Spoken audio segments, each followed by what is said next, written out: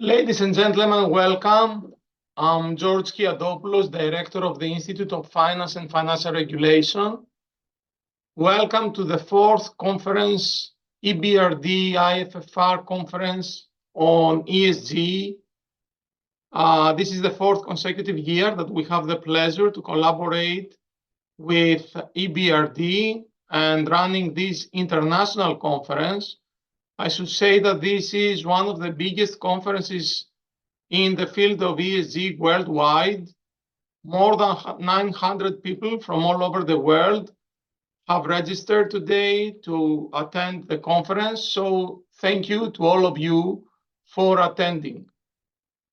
Before starting, let me thank our sponsors, the platinum sponsor, EY, our gold sponsors, Alpha Asset Management, Grant Thornton, Piraeus Bank, and Prodea Investments. Our supporters, the University of Piraeus Research Center and the CFA Society Greece. Our media partners, the Athens and Macedonia News Agency, Athena, Business Daily, Capital GR, Euro Today, Forbes, Next Deal, and C'est La Vie. I would like to thank, first of all, EBRD for the wonderful collaboration, and the IFFR team, and especially Mrs. Maria Giuli and Mr. Stavros Efthymiou. I would also like to thank the Department of Banking and Financial Management, under the auspices of which the Institute of Finance and Financial Regulation is running. A few words on the logistics. We'll try to be punctual. We have a number of sessions where speakers are going to present via slides presentations as in the previous years. And also we're going to have panel roundtable discussions. You can pose your questions over the platform, and we'll try to address at least some of them, given time limitations, as soon as each session is over. So feel free to submit your questions. We try to maintain a very vivid and interactive conference. To this end, from time to time, you're going also to see a number of polls. So feel free to provide your answer and see how this compares with the answers that the other attendees are going to provide.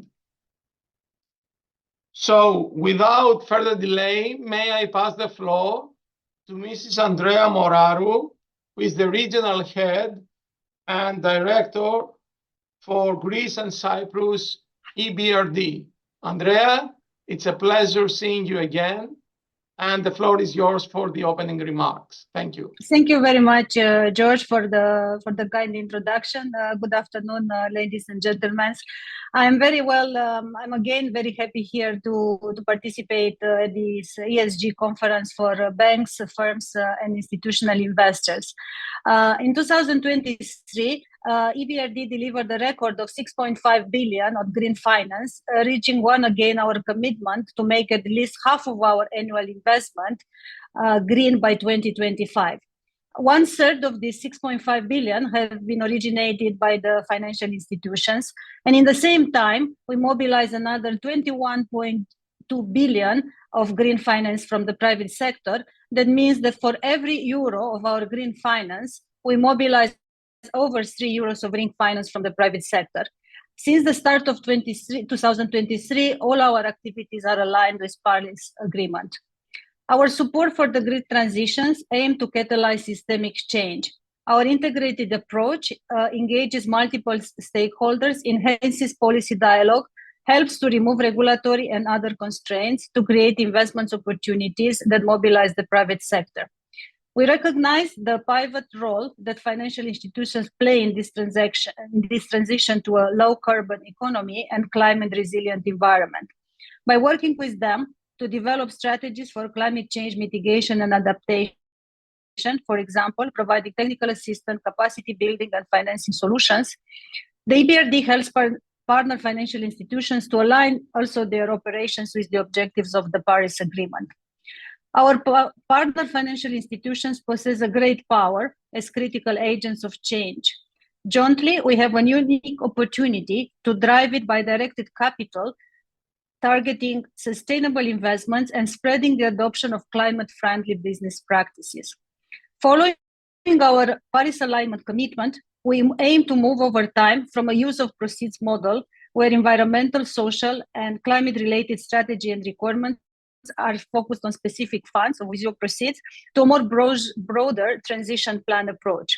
This approach helps the financial institutions to formulate a comprehensive climate and decarbonization strategy at the institutional level.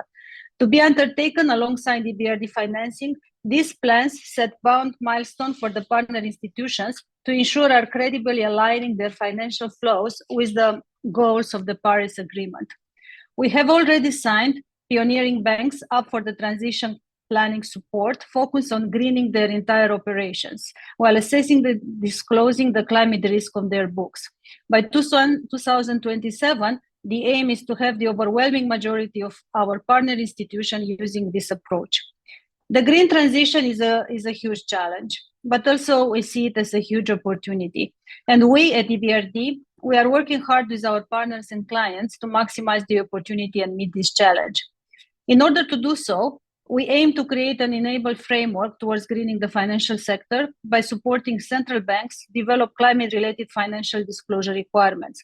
Last year, we also piloted our climate transition planning program in a number of countries, bringing together all our partner financial intermediaries to build their capacity to develop Paris-aligned transition plans that will improve corporate climate governance. In Greece, we supported Growth Fund, a national fund of Greece, in developing its ambitious ESG strategy, as well as a reporting ESG handbook distributed to subsidiaries in order to implement them. As part of the overall efforts to bringing all the stakeholders together in this journey, we organized an event dedicated to financial institutions and financial regulators. The Pathway to Paris conference, held in Vienna last June with the support of the Global Environmental Facility, focused on increasing awareness and capacity related to Paris alignment, transition planning, and corporate climate governance for the financial institutions. The conference brought together about 300 representatives of financial institutions, central banks, and standard setters from the EBRD region to discuss how to integrate these considerations into their strategy going forward. At the event, we also announced the launch of a series of training sessions on climate risk targeted at financial institutions, until already the successful Green Finance Academy, an online knowledge sharing platform designed for financial institutions. This in-depth series that we provide to our partners, banks, covers topics such as governance, strategy, climate risk, metrics, and targets and disclosure. Since 2016, we committed more than 1.85 billion in 85 projects in Greece, for all green projects. Projects under our portfolio in Greece are estimated to reduce 2,009 kilotons of CO2 per year, equivalent to over 3.9% of Greece's total carbon dioxide emissions in 2020, or equivalent to removing about 1.2 million of cars from the road. On average, our green financing has been over 50% in the last couple of years. Some highlights from our green investments of last year: we supported Fulgor under RRF, the recovery facility. The loan proceeds will finance Fulgor's investment program in Greece for the production of submarine cables, as well as associated working capital and other R&D activities.